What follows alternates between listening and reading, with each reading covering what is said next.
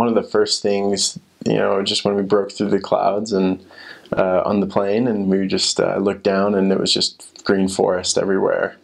It was one of the most beautiful things I'd seen in a really long time. It was just, I guess, just like waiting for it for so long. It almost seemed like this mythical place when you're sitting in the MTC for, that long of a time. You just kind of wonder if it's actually a place, or if it's, if it's actually there. And then once you get there, it's just, it's pretty magical. I just loved it. And once we landed, it was great. And hearing Finnish for the first time from native Finnish speakers was pretty, I guess, intimidating, but a really special experience as well. And then I just remember the mission president came and picked us up, and the APs, and just, you get there and you've been traveling for so long, and you get there and they just give you big hugs, and it's just so welcoming that you just can't help but feel the love.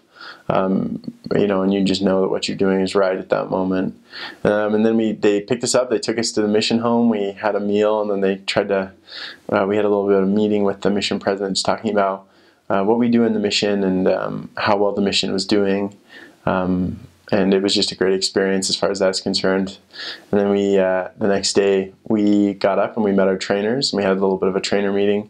And then that day, we were actually able to go out to just a main area of Helsinki with our trainers, and we were trying to give out Book of Mormons. And it was just a really special experience. And, I didn't understand 90% of what everybody said, but I just knew how to bear my testimony, so I was just going to do that and just, kind of leave the rest up to my trainer. But I think the biggest thing is that it is a big transition. I think that, it's okay for missionaries to sometimes feel a little bit, inadequate at times. I mean, I think that's not a bad thing, but I think that just understanding where the true power comes from, and that comes from our Father in heaven. And as you rely on Him, and as you're faithful to the mission rules, that you really do get that strength that is promised to you as a missionary to be able to overcome those things. Because I remember I read through my journal just not too long ago, and I remember the first couple of weeks, I'm like 2 weeks in the mission field, and I'm thinking, like, I'm never going to learn this language. Like, it's just not coming fast enough. And I think, sometimes we like to, we're baking that cake, and we like to open up the oven every 5 seconds to make sure, see if it's done, and then we, kind of deterring that growth.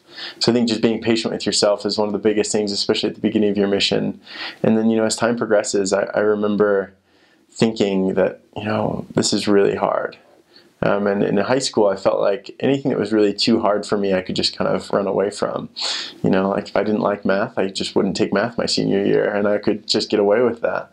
But when you're on a mission, especially when you're learning a foreign language and you're in a foreign culture, you're kind of in that, you can't run away from it. And I think that's one of the biggest life lessons that I learned from my mission. One of the millions of reasons that I'm grateful that I served a mission was just because it helped me to understand that, when things get hard, you've got to keep going, and it's, you can always make it through, especially as you get on your knees and ask for our Father in heaven's help, that He'll provide the gift of tongues as you're humble and as you're studying and working and doing your part to do that.